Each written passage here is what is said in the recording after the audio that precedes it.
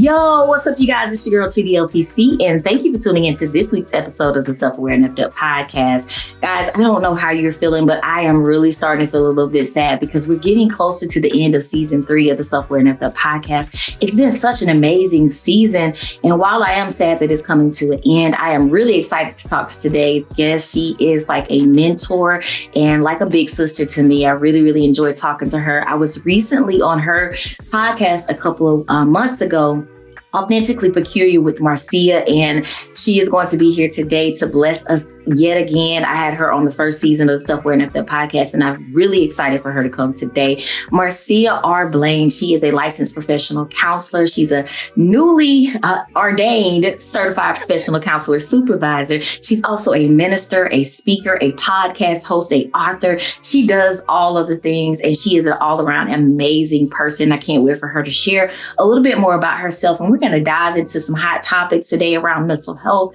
grief. We're just going to go ahead and dive in. But if you're not already following her, please make sure that you check her out. I'm going to have her share more information about how she can connect with you closer to the end of today's episode. But without further ado, please welcome to the Self-Aware and Heartfelt podcast, Marcia R. Blane. Hey, Reverend Doctor, all of that good stuff. How you doing today, girl? I am good. I'm always elated to be on Self-Aware and Heartfelt podcast because it's real. It's real energy. It's real life, and it's real healing for us all. So thank you again for trusting me, with your audience and bring me back with all the numerous titles of who I am. Absolutely. I forgot one, hypnotherapist. I was doing it off the top of the dome. So, but hypnotherapist. And then I just started doing ketamine therapy as well. So I've added that to my umbrella. So it's just really expanding and bringing more holistic approaches to mental health, especially in our community where we thought it was taboo. We thought that we were going against God's words by going to therapy and all of that. So we were restricting ourselves from healing. I shared that with someone earlier. Actually, when I was at the gym this morning, I shared with my trainer, who's actually my cousin, that we get so consumed in our community of not healing that we keep transferring it down generations, and we've got to change that process. So I'm so glad that Self-Aware and Up is available so we could just change the community. That's our goal.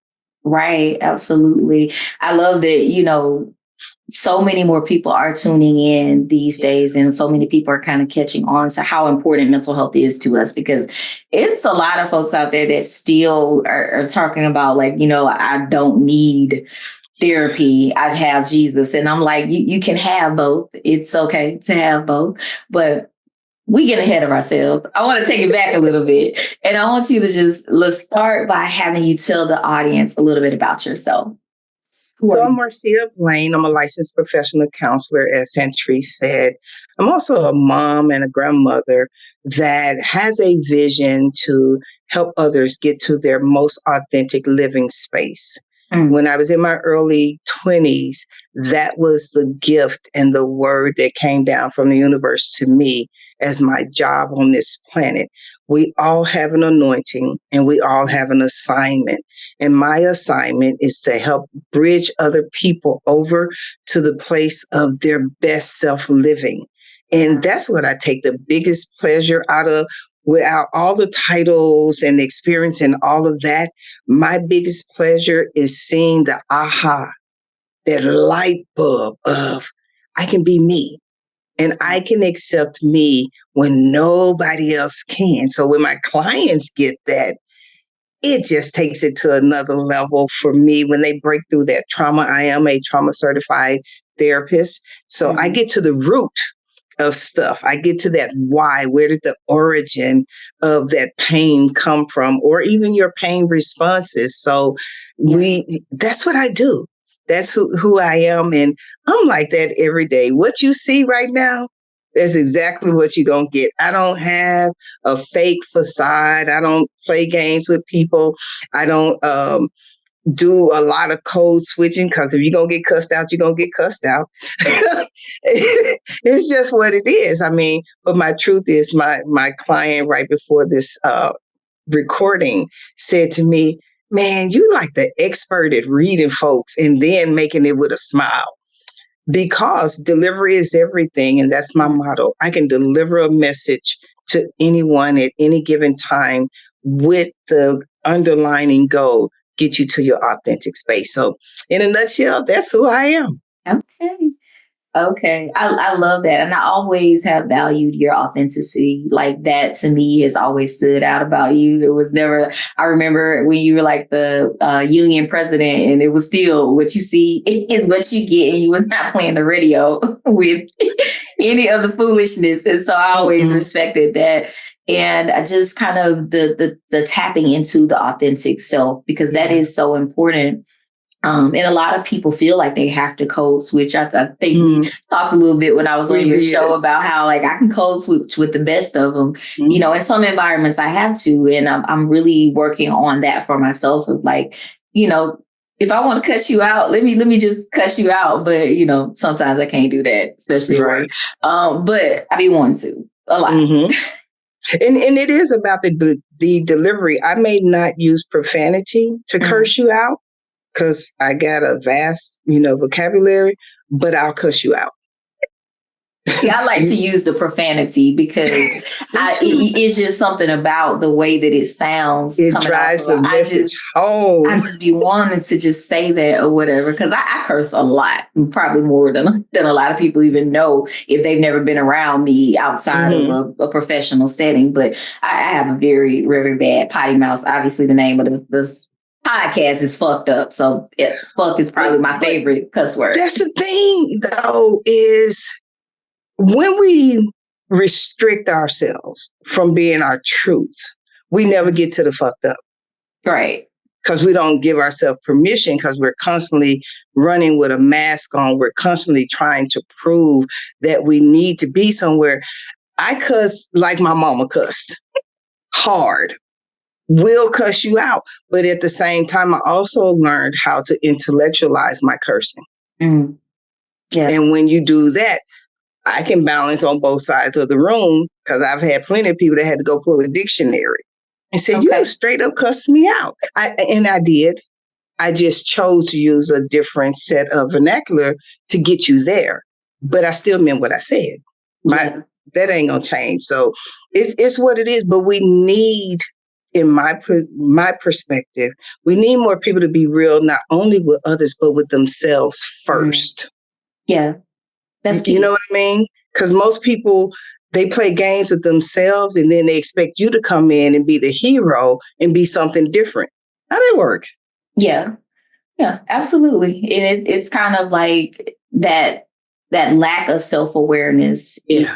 It cripples so many people, and it even cripples a lot of people when it comes to them coming to therapy, because a lot of people come to therapy and they don't want to be raw. They want to put on this like facade, and it's like, I can't help what you want, what you don't let me see, and I can probably still see it, but you have to get real with you before you can truly get real. Oh, no, I get real with them. I call it out. I'll go to the core and call it out, because a lot of people have been in mask for so long, they don't know how to trust themselves to call it out. Yeah. No, I definitely see that a lot. I had a young lady recently, and she just kept apologizing. And I'm like, girl, that's what I'm here for. Like, that is what I'm here for. And I'm finding so many clients are kind of going through stuff right now, and so many losses. Like I've seen so much grief and so many clients coming to me for grief, especially following my loss. So it's kind of been like a whirlwind of me trying to heal and trying to help them heal. And so I really kind of wanted to use our time together today to really just explore that, because I know you also have gone through some pretty significant losses recently. And so I remember us both being in a training at the LPC AGA conference, both sitting on the front row. The young lady, I think her name was Chanel Tucson, she was talking about her grief experience. And it took everything in me to not just fall on that front row of that Listen, thing. I think we could have started just grabbing each other at that point. Because, that was, I think I shared with you, that was the first time I had really given myself that permission to tap into the grief. And the difference was I started grieving 7 years before my dad passed. Because it's so crazy, the timeline. I graduated with my master's. 5 days later, my mother's dead. Wow. 6 months later, my dad has dementia. A year later, my dad ain't remembering nobody. Yeah. So I went from one grief cycle, from this sudden loss of my girl, to the cognitive loss of my dad, to 7 years to the physical loss. Yeah. Dementia to me is one of the hardest deaths to have to witness, because you lose that person twice. And when you don't know how to grieve, because remember, grief is a part of losing the norm. Whatever you had become normalized with, that could be relationships that you need to grieve. It could be situationships that you need to grieve, but it's the loss of what had been a norm for you. So the physical loss is an add-on to that grief process, right? And so when you think about grief from this perspective, you go through the transition of someone physically not here, but you also go through the transition of someone physically not here, because there are no more memories that you can make. There are no more conversations in the flesh, because I talk to my mom and dad all the time. I mean, like, yo, what's up? Y'all seeing what your girl doing down here? She rolling. So, I do that because that is actually part of my grief cycle. I recognize that we're all energy. So I utilize that knowledge. And when I'm heavy in grief, I let myself feel it. I embrace it. Then I have a conversation. Like, yo, y'all send me something in my dreams. Give me a word to remind me of something. But here's the thing about grief. It's normal. Yeah. Most people think that there's a timetable on grief. And those are usually the ones that get cussed out. I remember... I'm just saying, because I remember when my mother passed, because her death was so sudden. My mother was like the glue throughout our entire families, from distant cousins to everyone.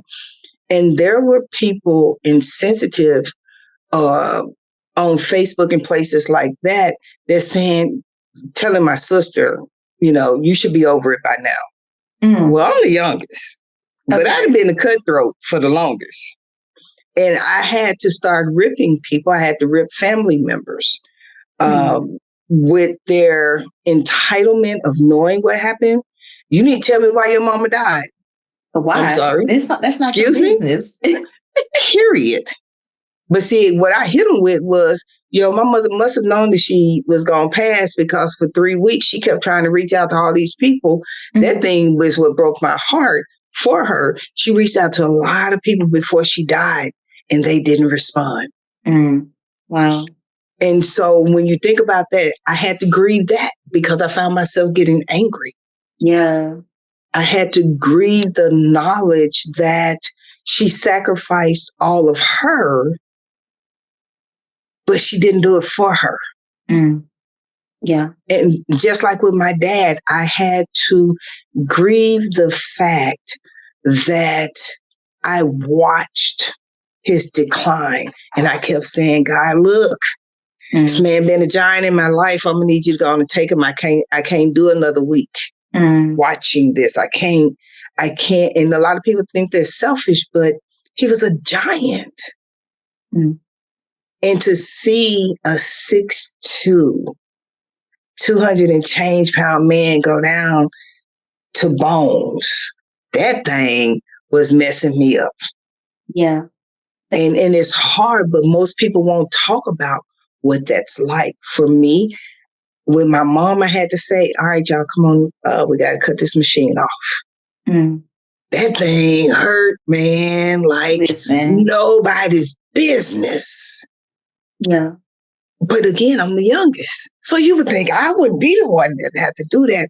But she said to me, she was at my house. I had picked her up so I could take her to an appointment. And she said to me, don't let them send me back home, and don't leave me. Wow. So she gave me marching orders. I said, okay. And I was exhausted. I said, God, if you just let me get a couple hours sleep, I'll walk her to the gate. I got it. Okay, boom. Let me just get this sleep. And literally her last words, because I said to her, yo, I'm proud of you. I love you. And she said, I love you too. And there were no more words. She didn't speak any more words. But she charged me with some things. And I had to take that charge and run. I had to be in that position. And the real truth is you grieve those moments. Yeah. And it could be tough, but most people won't talk about it because they're afraid that they're going to be judged in grief. They're afraid that I had a client who felt like she had been crying long enough after her mother's passing, but she couldn't stop crying. Yeah. So I asked the question, who told you you had to stop? She said, well, it shouldn't last this long. I said, okay, well, I can tell you every year for the last 8 years, around the time my mother passed away, I'm a mess. Yeah. I'm a whole mess. Now, the rest of the year, I'm cool, but I'm a whole mess because my mind goes back to those 3.5 days that I literally had to walk her to the gate to say, okay, I can release you. Most people don't talk about that. They don't talk about the emptiness. They don't talk about what it's like when everybody's over the excitement of a fresh death and you're by yourself. Yeah. You're quiet. Yeah. And that is tough. Like your experience of loss is a little bit different from my recent experience in that, you know, you had that opportunity to, your mom knew what was going on and she gave you marching orders. And my experience was getting a phone call on a Tuesday night and, you know, essentially having to make a decision like, okay, you know, that you need to take him to the hospital. You have to, you know, I have my brother, you know, on a video camera. Like, I was like, no, it looks like he's having a stroke. Y'all need to call 911. Why are you calling me? And so that being a situation where that was it. And he was in a coma for multiple weeks. And we never really, I mean, we got to say goodbye, but we never got to hear his voice again. And, you know, like, I feel like those sudden deaths are different for a lot of people, you know, but I do agree with what you said earlier, like watching someone with dementia and even cancer over time. Those are so painful to see someone go through that. And, you know, we don't talk about it to me enough. We don't talk about what those losses are like and the emotional fatigue that we go through. And like you were saying, after the funeral, that's when you stop hearing from people. That's when they stop reaching out to you. And I know I made a very loud statement on Facebook maybe a month or so after my father passed away. Like, where are all these people that say, call me? Why you ain't answering the phone when I call? Like, what's up? Because I was struggling. I struggled for a couple of months of just processing what I could have did differently. What if they hadn't called me first and they just called 911? Would he still be here? Fighting those thoughts, fighting seeing him on a ventilator. And like, it's such a painful thing. It is. So many of us go through it by ourselves. And so. Yeah. And the thing about it is that people always ask, well, what can I do? Be present. Just be present. You don't have to come over with a bowl of food or a bottle of wine or any of that. Just be present. One of the things that was devastating for me when my mother passed, I returned back to my home. My home was the last one that she was at. And there was somebody supposed to escort me home so that I wouldn't be alone. And I got in the shower and I screamed out. It was like, yo, man, why you do this to me kind of thing. And shortly after that, this person was gone. And I was like, I wouldn't have never left you. Right. And that was very bothersome for me. It changed the trajectory of our friendship. Because in my most vulnerable, and I want to talk to those who have been labeled the strong one, baby, in grief, you don't owe nobody your strengths, period. I had to actually say to people, because I would get phone calls and say, how's your sisters? How's your brother? And I said, well, damn, am I a robot? Okay. Because y'all know my mama died too, right? Y'all get that. And people were callous in their perspective because of that ideology of you're the strong one. No one should have that burden, especially during grief, because everybody feels the pain.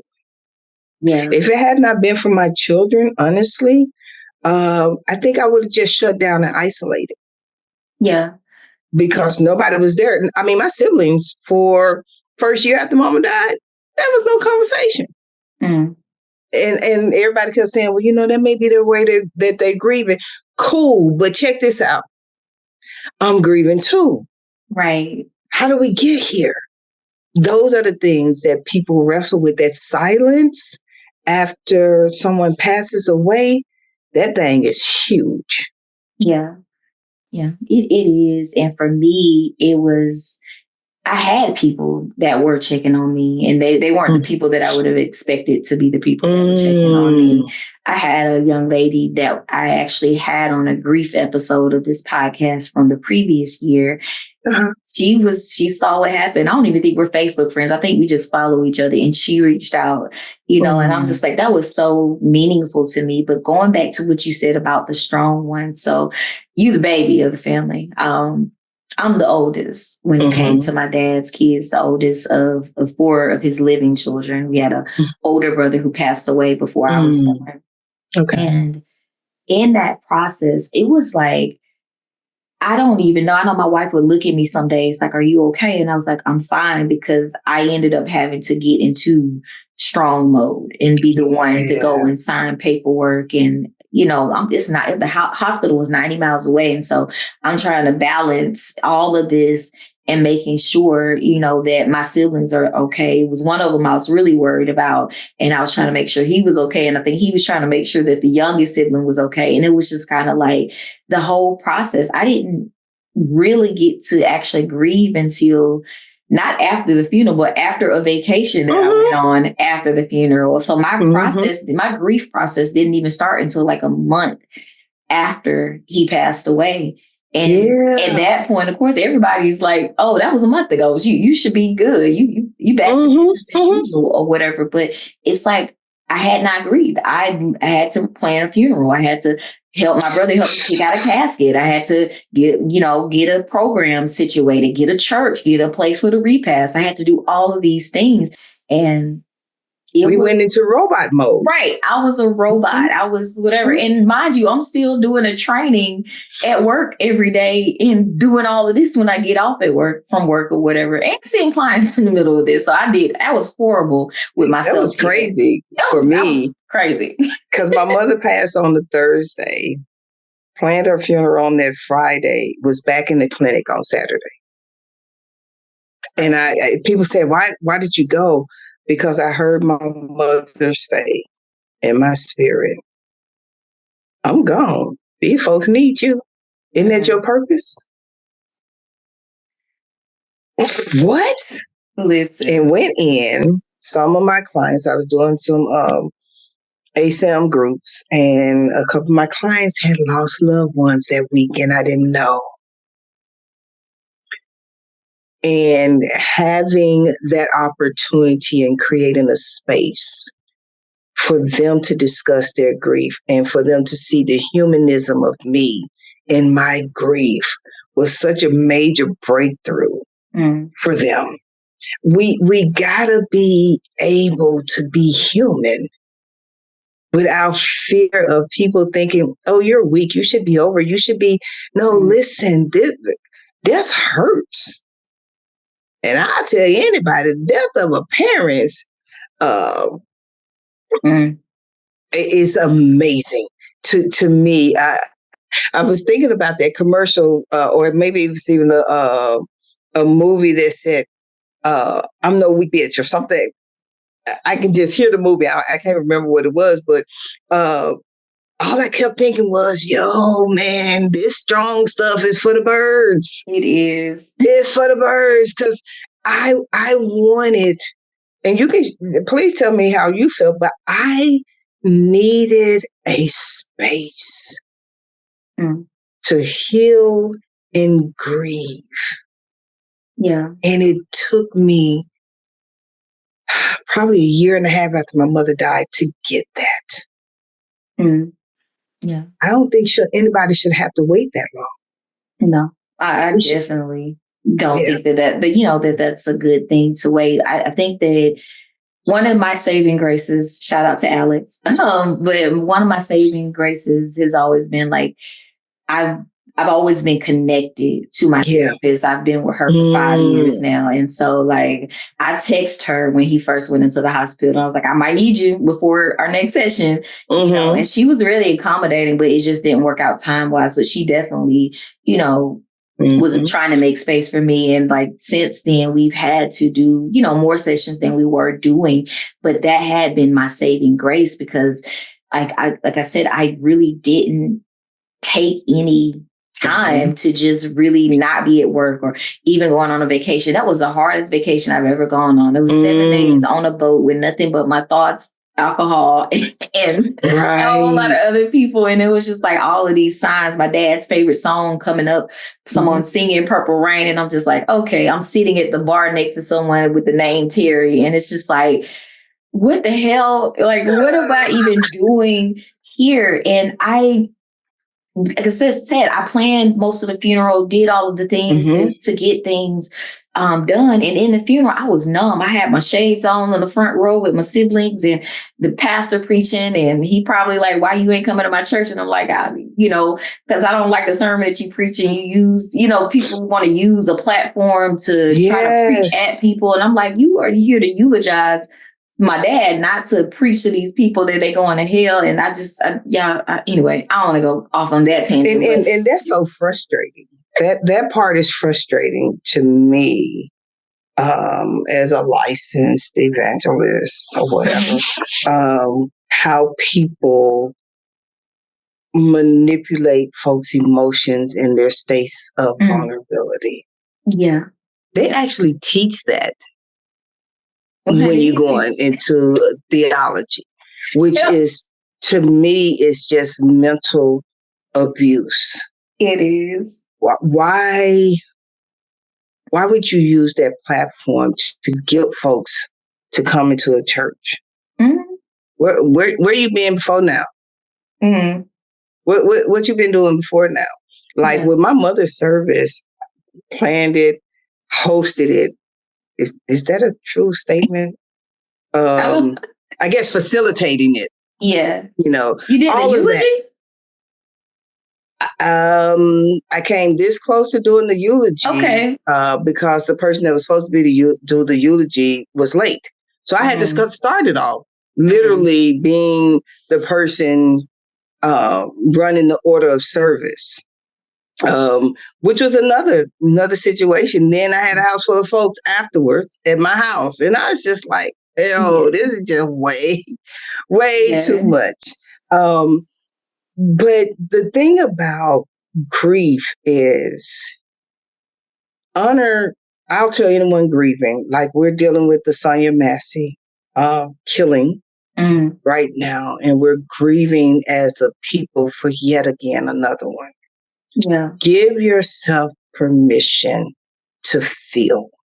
I don't care what anybody else says. If a memory comes up, if a song comes up, there's a video of me and my dad singing together during the holidays. Silent Night comes up every year. Stuff when he was at the house and we were singing together, it comes up. Grieve that, have that, be in that moment so that you don't get stuck. Because when we then as therapists become concerned when the stuck point of grief comes, where there's complex grief, where you can't move, you don't want to breathe, you don't want to process. That's when we have to go to work harder to help bring someone back to a place. I would like to switch gears a little bit, but still talking about grief. If I can offer this suggestion to people, go ahead and handle whatever business you need to handle. Don't let someone die with your unfinished business. If there is some forgiveness that needs to be extended, if there is some embracing that needs to be extended, if there's some understanding, don't let someone pass and you got some unfinished business, because that grief then becomes torment because your mind begins to play this game to make you feel guilty. And then anxiety and depression and all that other stuff will then show up. If at all possible, I tell people all the time that, and I know you've heard this story about how when my mother got pregnant with me, she didn't want the pregnancy because my father was very abusive and they ended up being the greatest of friends. But I always felt like something was off and a disconnect in the relationship. So I had that conversation with her in the early 2000s. And she shared with me, it wasn't that I didn't want you. I didn't want the situation that was going to keep me in an abusive marriage. Right. Okay, bet, boom. So I didn't have any unfinished stuff. So my grief looked different. My grief looked like I could go on. Well, then other family members had some unfinished business that they didn't talk about because they didn't want to question mom. They didn't want to ask, those questions and get clarity on things. So it took them a little longer to come out of that grief cycle. Well, the truth is nobody knows the day or hour for anybody. Yeah. Go ahead and lock in on that unfinished business and finish it. Even if it's nothing more of, I forgive you for not knowing how to show up in my life the way I needed you to. Yeah. Because sometimes that's all forgiveness is. Because the truth is people may never validate your story. They may never own how they made you feel. Yeah. But you can get off the hook with them by extending that grief. I would tell anybody, listen, don't let that unfinished business catch you. Yeah. Because that's going to make your grief worse. Yeah, absolutely. I see that so much. I'm grateful that I didn't have any unfinished business with my dad. I remember our very last phone conversation, which was actually the Saturday before he went into the hospital on that Tuesday. And the last thing I said to him was that you and my aunt Janann, I was like, y'all need to treat each other better. Y'all need to make sure that y'all are not fussing at each other all the time, because you never know when that day may come for either of you. I was like, we just lost our other cousin yesterday. And so y'all need to just make sure that y'all nicer to each other. And, he said, she got fine intervention. Oh my God, I love it. And he was like, she got to be nice to me too. And, he said all that. And we said our love yous. And that was our last conversation. And I felt okay about it. And I feel like I didn't get a chance to truly start that grief process for him until I have a childhood friend of mine. Her father passed later in the month of March. And my wife was like, are you going to go to the funeral? And my therapist like, you don't need to go. And this, that, and I was like, I got one. My friend was just there for me at the beginning of this month. I have to be there for her. I'm going to be down there or whatever. But what I didn't know was I needed that funeral. That was the funeral my dad didn't get. That was a service in the preaching Michael Jackson, the pastor down in LaGrange. That was a sermon that I needed. That was what a eulogy needed to look like when you're sending home someone that you love. So I needed that. I cried that whole entire funeral, and that opened up my grief for me and gave me permission to go ahead and just let it all out. And I cried for about 2 months. Yeah. It took me a long time to really attend a service of someone's loved one passing. And that's when I realized that my grief was still unprocessed. When I did give myself permission to grieve, it was during tax season before I got ready to come to the VA. And I had forced myself to work. And I was driving home and I was on 285 and I just broke. And someone called me and they said, where are you? And tears rolled and I was like, I think I'm somewhere near Boulder Crest or whatever. And they like, pull over, I'm coming. That was my opportunity to truly start the process. And then the window closed up again. And so I'm glad that you got that opportunity to open the door. I know normally we'll say, maybe it's too soon for you to go. But it definitely seems that was the best time for you. Yeah. It opened the floodgates. It definitely started my process. And it really, I was like, I don't think I'm gonna ever start crying. Like, I'm in the workshop, like I'm at LPCA, like over here struggling in these sessions around grief, because I knew it was so raw for me. Yeah. And I needed that. I needed to push myself to go to those sessions. And that finally I hit a place where I really, because I love my dad with all my heart, but my dad was a flawed man and he made a lot of bad decisions. And I realized that when that thing in me broke, and we always have to get to that place where it breaks. And that's where you get your release. That's where you get your breakthrough. But to reel myself back from the hyper fixation on the grief and not being able to really function, I had to humanize him again. Because what I realized was that when that thing did break, I started to idolize, just create this version of him that really wasn't who he was. He was a great man. He was a great father, but he was also an addict. He was also an alcoholic. He was also all of those things. And so sometimes we inflate who they were, and we create the version of them that we wanted them to be instead of the version of them that they really were. For that truth, right? Right. Because with my dad, I had to make a decision in my 20s to either let him in my life or not. I had to make a decision that his absence in my younger years, I was not going to allow it to be a part of my latter years. I had to honor me in the forgiveness of his failures to be present in order to honor his latter years. We had the best relationship starting in my 30s So for 20 odd years, I had the absolute best relationship with my dad. He was my dude.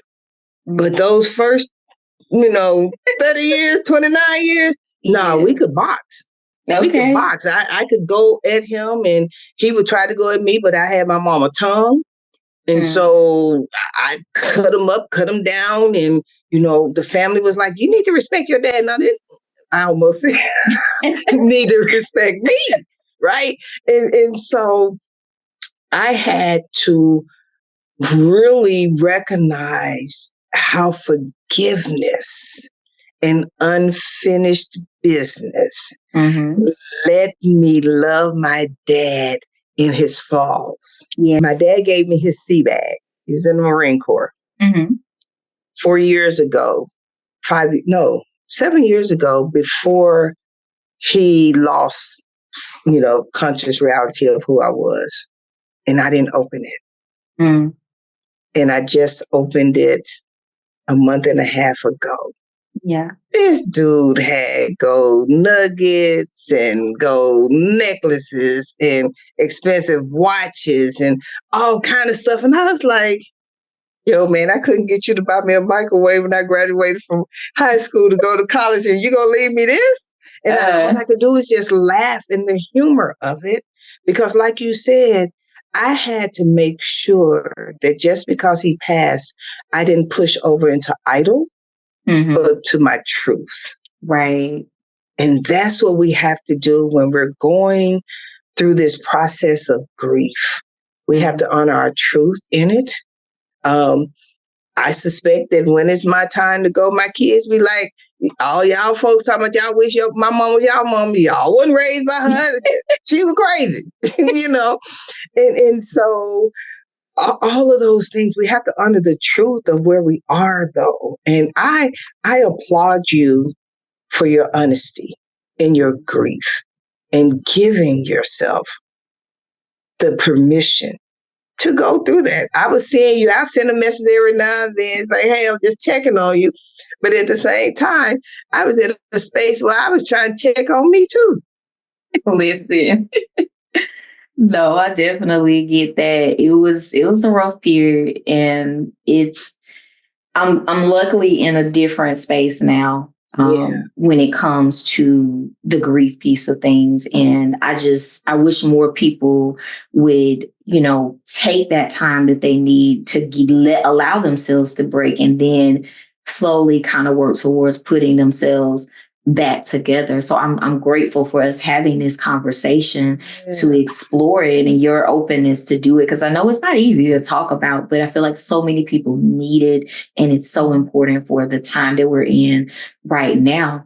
But I do want to switch gears a little bit and ask you, we got to stay true to the show and just jump into it. I want to know, how do you personally connect with the idea of being self-aware and fucked up? I thought about that question driving to my office this morning. Because I live in my authentic space, I've accepted my times of being fucked up, where I wasn't my true self, where I didn't operate in my own belief in me, where I didn't trust me with me.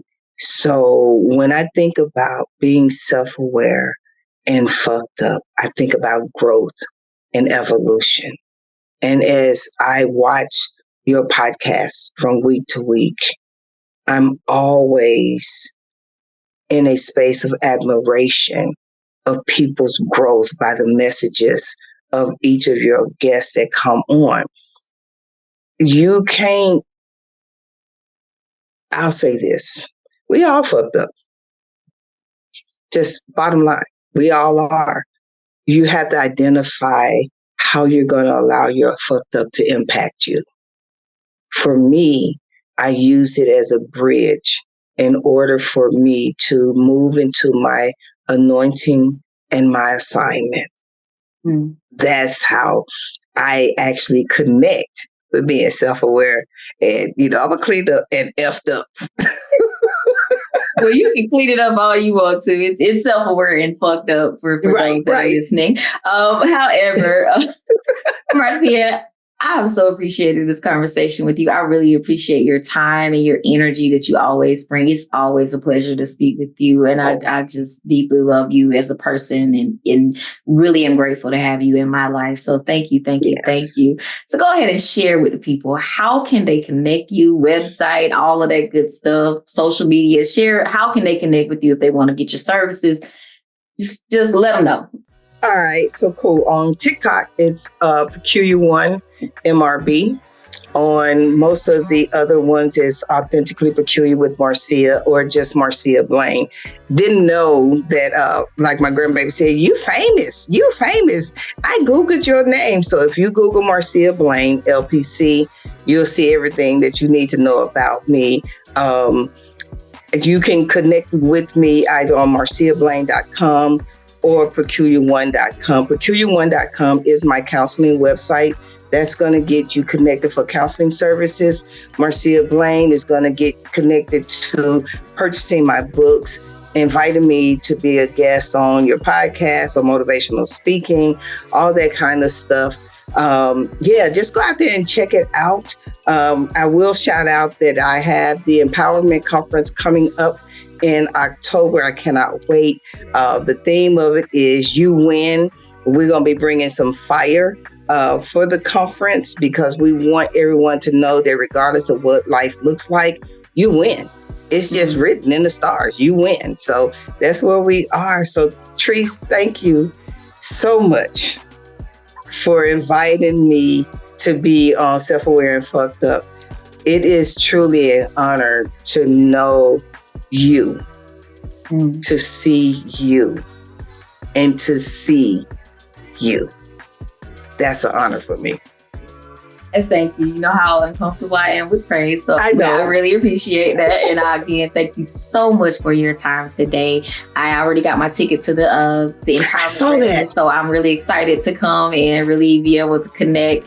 But guys, please make sure that you connect with Marcia. All of the information of how you can connect with her will be in the description of this episode. Also, be sure to follow me, Tree the LPC, on all social media platforms under the handle Tree the LPC. Until next time, be safe, be well, and make sure that you take care of your mental health.